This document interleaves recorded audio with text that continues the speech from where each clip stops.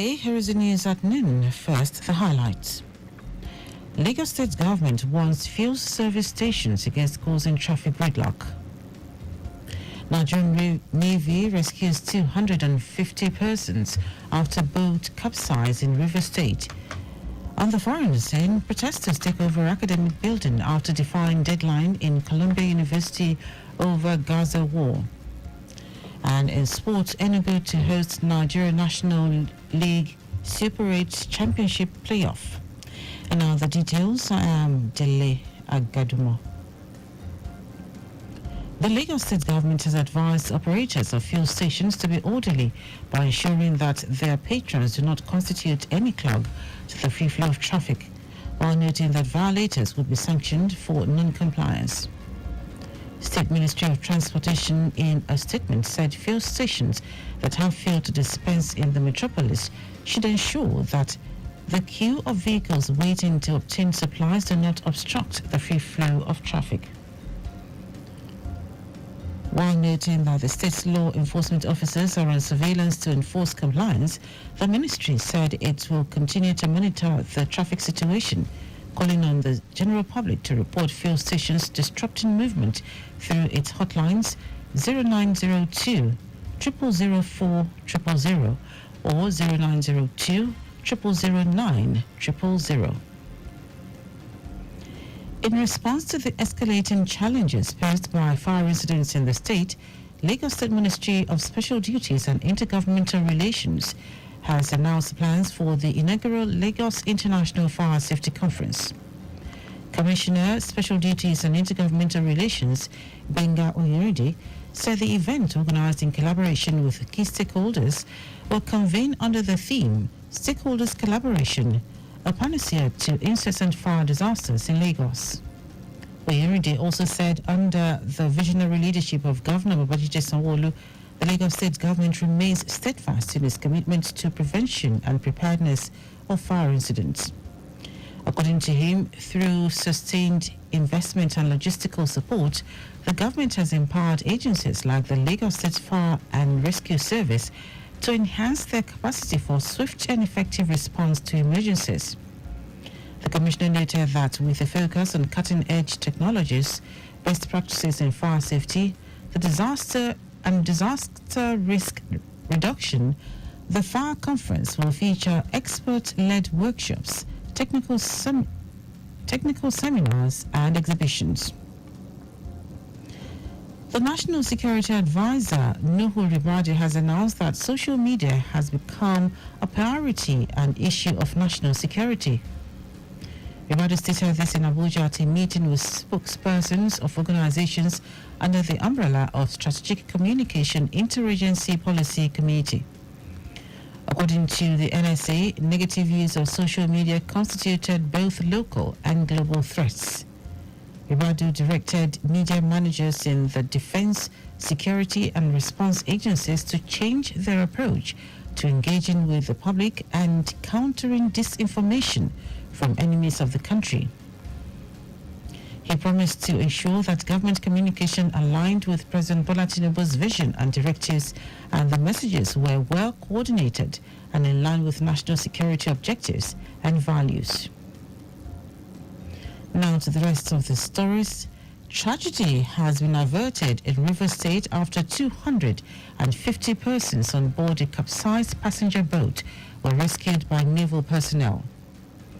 Navy's Director of Information, Awuyo Adam Saliu, said the locally made 3-deck wooden vessel popularly known as Large Cotonou boat was overborne, had no life-saving equipment on board, and none of its passengers wore a life jacket. Adam Saliu said the rescue effort is in line with the strategic directive of the Chief of Naval Staff, Emmanuel Ogala, which states that the strategic end state of Nigerian Navy operations is a safe and secure maritime environment in Nigeria and the Gulf of Guinea. He reiterated the importance of life jackets, life buoys and other life-saving equipment to local maritime operators. The chairman of the Independent Corrupt Practices and Other Related Offences Commission, Musa Aliyu, says the commission has tracked over 219 billion naira constituency projects across 176 ministries, departments and agencies in 5 years. Aliyu said the constituency and executive projects tracking group tracked a total of over 200 billion naira since its inception in 2019. He said the tracking exercise focused on critical sectors like education, agriculture, healthcare and infrastructure, spanning 26 states and the Federal Capital Territory across the 6 geopolitical zones. Aliyu said the initiative ensures government funds are directed towards impactful projects that benefit the most vulnerable Nigerians. He added that having conducted a thorough investigation on some infractions identified on funded projects, the ICPC had instituted cases against some suspects. In continuation of its crackdown on forex racketeers, the Economic and Financial Crimes Commission has penciled for investigation 1,146 bank accounts belonging to individuals and companies over alleged money laundering, unauthorized dealing in foreign exchange and illegal naira manipulation. The Commission secured an interim order granted by Justice Emeka Onwite of the Federal High Court, Abuja, freezing the accounts. Justice Onwite delivered the ruling on an ex parte motion moved by counsel for the anti-graft agency, Ekele Iheanacho, and granted the Commission's application to conclude the investigation within 90 days. The EFCC had told the court that the accounts were linked to persons taking advantage of cryptocurrency to illegally manipulate the naira value. Now to foreign news. Pro-Palestinian demonstrators at Columbia University have occupied an academic building as part of their protest over the war in Gaza.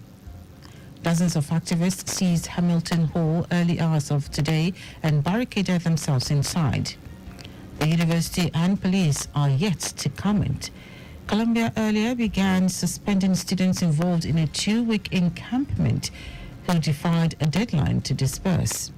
Students were warned they would face disciplinary action if they failed to move. Meanwhile, Columbia Students for Justice in Palestine, one of the main protest groups, vowed to defy the order in a post on X and called on activists to protect the encampment. Now sports. Enugu will host the Nigeria National League Super 8 Championship playoff. NNL chairman George Alu said the Enugu State government has promised that all logistics needed to ensure a successful competition will be put in place. The Super 8 is organized annually at the end of the league to determine the overall champion of the second-tier league as well as teams that will gain promotion to the Elite League. Some of the teams that have already qualified for the championship are Nasarawa United, Sporting Supreme of Abuja and Sokoto United. And that is our news at noon. Just before we go, speed thrills but kills. Please do not drive beyond specified speed limits. You can follow us on like all our various social media platforms: X Traffic Radio 961, Instagram Lagos Traffic Radio 961. Subscribe and watch our news and programs live on YouTube at Traffic Radio 961. You can also visit our website at trafficradio961.ng. Did you know that the Sanwo-Olu administration supplied 86,000 dual furniture sets to 775 public schools? You can get more details on the Lagos State Government website. To end the news are the highlights of the major stories. The Lagos State Government has advised operators of fuel stations to be orderly by ensuring that their patrons do not constitute any clog to the free flow of traffic, while noting that violators will be sanctioned for non-compliance.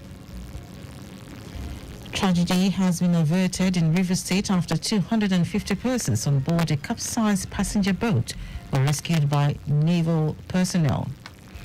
We also told you that pro-Palestinian demonstrators at Columbia University have occupied an academic building as part of their protest over the war in Gaza.